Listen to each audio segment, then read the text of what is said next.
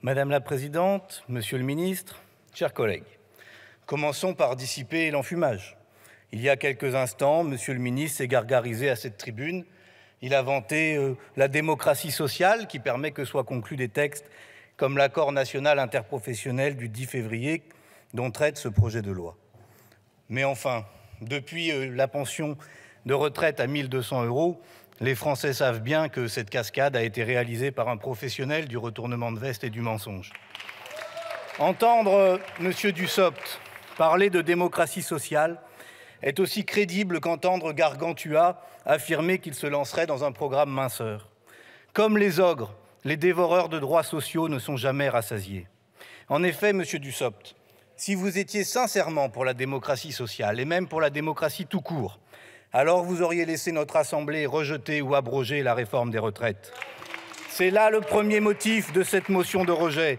Nous ne vous laisserons pas tourner la page des retraites en instrumentalisant ce texte pour votre communication. Ce texte que vous nous présentez est pour vous un alibi de dialogue social, un alibi de pouvoir d'achat d'un gouvernement qui n'a rien fait depuis 1 an pour augmenter les salaires. C'est le second motif de cette motion de rejet. Nous voulons dénoncer la censure que vous pratiquez. La hausse des salaires est pour vous, à travers ce texte, un débat interdit.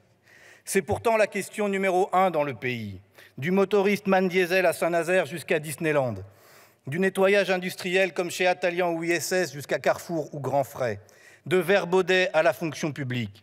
Partout, les travailleurs réclament le juste salaire et partout, vous vous y opposez. Alors oui, nous affirmons ici que la hausse des salaires est une revendication totalement légitime. C'est une mesure d'urgence sociale quand les prix alimentaires augmentent de 17%. C'est une question de justice quand les profits et les marges de biens des industries explosent sur le dos des consommateurs. C'est une nécessité économique quand le pays va vers la récession. C'est enfin indispensable du point de vue écologique si l'on veut que les Français puissent consommer mieux, soutenir la filière bio en difficulté, faire vivre les producteurs locaux plutôt que le low-cost mondialisé. Il y a urgence car la prédation du capital ne ralentit pas, bien au contraire. Voyez ces grands patrons qui gagnent 1 200 fois le salaire moyen de leur entreprise, comme M. Carlos Tavares, PDG de Stellantis. 4 000 fois le SMIC, un SMIC mensuel toutes les 2 heures. De quel droit cela est-il permis, sinon par la toute-puissance du capital? En 10 ans, la rémunération des PDG du CAC 40 a augmenté de 90%. Dans les 100 plus grandes entreprises françaises, entre 2011 et 2021, les versements aux actionnaires ont augmenté de 57%, alors que ceux pour les salariés n'augmentaient que de 22%. Cette oligarchie vit au-dessus de nos moyens. Nous l'avons vu encore récemment chez Total. En novembre, la direction et votre gouvernement refusaient la hausse de 10% pour les salariés. Quelques semaines plus tard, le PDG s'augmentait, lui, de 23%. La France est aujourd'hui un paradis pour millionnaires et actionnaires. Notre pays est champion d'Europe du versement de dividendes aux actionnaires. Champion d'Europe. Mais comme le disait déjà Victor Hugo, c'est de l'enfer des pauvres qu'est fait ce paradis des riches. En effet, les salaires réels, c'est-à-dire une fois l'inflation prise en compte, ont baissé l'an dernier. Et le travail ne protège plus de la pauvreté, puisque la France compte 1,2 million de travailleurs pauvres. Voilà le bilan du macronisme, l'injustice à tous les étages. Pire encore, en 2019, 45% des dividendes et rachats d'actions par les 100 plus grandes entreprises françaises auraient suffi à couvrir leurs besoins d'investissement dans la transition écologique. Alors oui, les dividendes sont climaticides, les actionnaires sont écocidaires. Voilà la vérité. Il y a, au fond de votre texte, une contradiction flagrante entre le titre et le contenu. Dans le titre, il est question de partage de la valeur. Dans les articles, il n'est question que de partage du profit. Or, la valeur créée ne se résume pas au profit. Le profit n'est rien d'autre que la valeur créée par les salariés, mais qui leur a été volée par un salaire plus faible que la richesse qu'ils ont créée par leur travail. Parler ainsi de partage de la valeur pour indiquer seulement le partage du profit, c'est exclure d'emblée d'augmenter les salaires. Encore une fois, la Ve République et les choix du gouvernement corsettent l'Assemblée. Vous avez volontairement choisi de restreindre le champ de ce texte à la simple transposition de l'accord du 10 février. Cela vous permet d'écarter les amendements qui s'en éloignent même un tout petit peu. Ainsi, vous avez interdit de débattre des questions suivantes. Augmenter le SMIC à 1 600 €, irrecevable. Indexer les salaires sur l'inflation, irrecevable. Encadrer les écarts de salaire de 1 à 20 dans une entreprise, irrecevable. Obliger les branches à augmenter les bas salaires pour éviter l'écrasement par le SMIC, irrecevable. Revaloriser le salaire minimum des apprentis, irrecevable. Conditionner les versements de dividendes à des hausses de salaire, irrecevable. Et il en va de même quant à notre volonté de faire avancer l'égalité salariale entre les hommes et les femmes. Vous l'avez systématiquement empêché en refusant de renforcer la rémunération des heures complémentaires des salariés à temps partiel, de créer une commission de contrôle salarié pour vérifier l'égalité salariale dans les entreprises, d'imposer une prime obligatoire dans les entreprises qui ne peuvent pas justifier du respect de l'égalité. Voilà les propositions que nous portons face au refus obstiné du gouvernement, de la minorité présidentielle, du Rassemblement national et du patronat d'augmenter les salaires et de partager les richesses. Au moment du débat sur les retraites, vous avez empêché l'Assemblée de voter par brutalité. Vous avez défendu ainsi le droit de veto du monarque présidentiel contre les représentants du peuple. Avec ce texte, voici une nouvelle invention de votre part. À court d'arguments, vous inventez une autre irrecevabilité, politique, patronale devrais-je dire. Vous prétextez de devoir respecter l'accord et ne pas accepter qu'on le modifie sans l'accord de tous les signataires, c'est-à-dire à vos yeux essentiellement sans l'accord du patronat. Maintenant, vous inventez donc le droit de veto du MEDEF sur le Parlement. Après l'irrecevabilité de l'article 40 sur les retraites, pour les salaires, vous inventez l'irrecevabilité CAC 40. Ou même, pourrait-on dire, après le 49.3, en quelque sorte, le CAC 49.3. Nous refusons cette nouvelle restriction du pouvoir de notre Assemblée. Nous rappelons d'abord que toutes les organisations syndicales n'ont pas signé cet accord national interprofessionnel. Nous rappelons aussi que le 15 juin dernier, toutes les organisations syndicales, à l'unanimité, ont appelé partout les salariés à revendiquer, négocier, se mobiliser pour gagner des augmentations de salaire. Preuve que si ce sujet n'est pas dans l'accord du 10 février ni dans le projet de loi, ce n'est pas de la responsabilité des syndicats. C'est de votre responsabilité, Monsieur le ministre, qui n'avez pas exigé dans votre lettre de cadrage que ce sujet fasse partie de la négociation. C'est la responsabilité du patronat qui a refusé qu'il en soit question. Pour notre part, nous sommes donc pleinement légitimes à défendre ce que réclame l'ensemble de l'intersyndicale unanime, les hausses de salaire. D'une manière plus générale, vous faites mine d'oublier que cet accord n'est pas la démocratie sociale.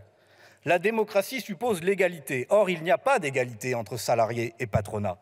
Cet accord est seulement l'expression d'un rapport de force dans lequel le patronat tient le stylo. Vous faites mine d'oublier enfin qu'il est du rôle du Parlement de se prononcer sans se voir cantonné aux miettes concédées par le MEDEF. C'est même anticonstitutionnel que de prétendre empêcher le Parlement de se saisir pleinement. En effet, l'article 34 de la Constitution prévoit que la loi détermine les principes fondamentaux du droit du travail, du droit syndical et de la sécurité sociale. C'est donc bien la loi qui décide en la matière. Et notre Assemblée a donc le droit et le devoir d'examiner, d'amender, de compléter et, si besoin, de rejeter les dispositions de l'accord conclu.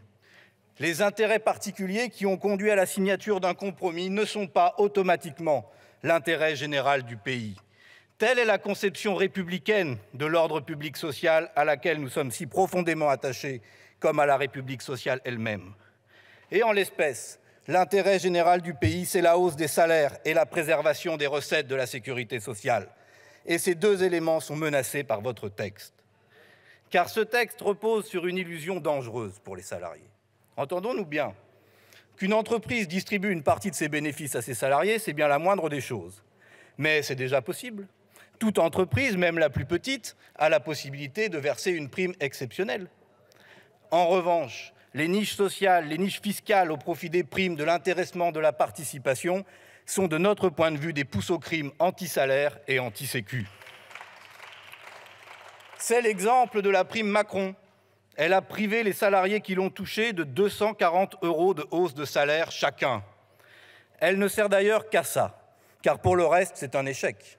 70% des salariés n'ont rien touché, et ceux qui l'ont touché quelque chose ont perçu bien peu, en tout cas bien loin des 6 000 € de plafond relevés à grand renfort de démagogie l'été dernier par votre minorité. Et vous voulez encore continuer dans cette voie ? Autrement dit, vous voulez inviter les salariés à se serrer la ceinture pour espérer percevoir une petite partie du bénéfice que leur travail gratuit aura constitué, mais après, bien sûr, que les actionnaires se sont servis du plus gros morceau.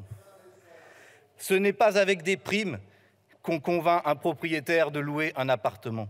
Ce n'est pas avec des primes qu'on convainc un banquier de prêter pour acheter un logement ou même une voiture. Ce n'est pas avec des primes qu'on ouvre des droits à l'assurance chômage ou à l'assurance retraite, mais avec des hausses de salaire.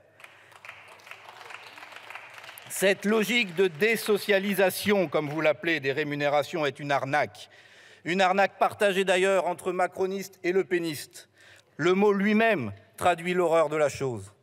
Monsieur Macron, comme l'extrême droite, auront beau jeu ensuite de venir pleurer sur une soi-disant décivilisation. Mais la désocialisation, c'est-à-dire l'affaiblissement de la sécurité sociale, la défiscalisation, c'est-à-dire l'appauvrissement de l'État et des services publics, sont au cœur de l'effondrement néolibéral de nos sociétés, de l'abandon de chacun au tous contre tous, de ce que nous nommons pour notre part la dissociété. Vous versez des larmes de crocodile sur le soi-disant déficit des retraites, mais vous présentez un projet de loi qui va encore affaiblir la sécurité sociale par des exonérations de cotisations. Selon la Cour des comptes, ces exonérations représentent déjà plus de 2 milliards d'euros chaque année de manque à gagner pour la Sécu sur l'intéressement, la participation et les primes. Et avec ce texte, comme avec les amendements de certains députés macronistes, vous voulez encore renforcer les plans d'épargne par capitalisation. Il faut souligner aussi que ces primes profitent davantage aux salaires les plus hauts qu'aux plus mal payés, davantage aux cadres qu'aux ouvriers et employés, davantage aux hommes qu'aux femmes. En les encourageant aveuglément, vous encouragez peut-être à votre corps défendant pour certains l'inégalité et même l'injustice des rémunérations. Vous avez d'ailleurs refusé en commission tous les garde-fous que nous avions proposés. Mais ce projet de loi ne menace pas que les salaires. Il menace aussi les dispositifs existants de partage du profit. La prime Macron, décidée unilatéralement par l'employeur, risque de cannibaliser l'intéressement qui nécessite au moins un accord collectif. Le plan de valorisation de l'entreprise risque de vampiriser l'actionnariat salarié en niant au passage le droit de vote des salariés. Ce texte va menacer les maigres pouvoirs des salariés alors qu'il faudrait faire tout l'inverse, jusqu'à leur confier la direction des entreprises. Enfin, vous prétendez par ce texte lutter contre une forme de salariat à 2 vitesses entre grands groupes et PME. Mais si vous vouliez vraiment lutter contre cela, vous lutteriez contre la sécession des ultra-riches, contre les super-profits, contre les super-dividendes, contre les super-patrimoines. Vous ne faites rien de tout cela. Si vous vouliez vraiment aider les PME, vous créeriez la caisse de solidarité interentreprises que nous proposons, vous plafonneriez les frais bancaires pour les PME, vous renforceriez les devoirs des donneurs d'ordre à l'égard des sous-traitants, vous auriez voté avec nous pour rétablir l'accès des PME aux tarifs réglementés de l'électricité au lieu de vous y opposer. Et dans ce texte, vous auriez accepté les amendements de la NUPES qui veulent s'attaquer à l'évasion fiscale des grands groupes. Alors voilà, par ce texte, vous affirmez une fois de plus votre préférence actionnariale. Et par notre motion de rejet, nous affirmons notre préférence salariale, notre priorité sociale. Par cette motion de rejet, nous refusons votre autoritarisme et le droit de veto du MEDEF sur les hausses de salaire. Nous refusons un nouvel affaiblissement de la sécurité sociale qui vous permettra de venir ensuite exiger de nouveaux reculs en matière de retraite, en matière de chômage, ou justifier de nouveaux déremboursements comme vous le faites sur les soins dentaires et peut-être demain sur les médicaments. Par cette motion de rejet, nous clamons haut et fort que nous avons au contraire besoin d'une vraie loi pour la hausse des salaires et le partage des richesses. Augmenter les salaires, pas les actionnaires, voilà ce que vous disent les Français. Avec cette motion de rejet, nous refusons la confiscation du débat, la confiscation des richesses et tout bonnement la confiscation du juste salaire pour les travailleurs qui seuls créent la valeur dans notre pays. Merci, monsieur le député. Alors, je vous indique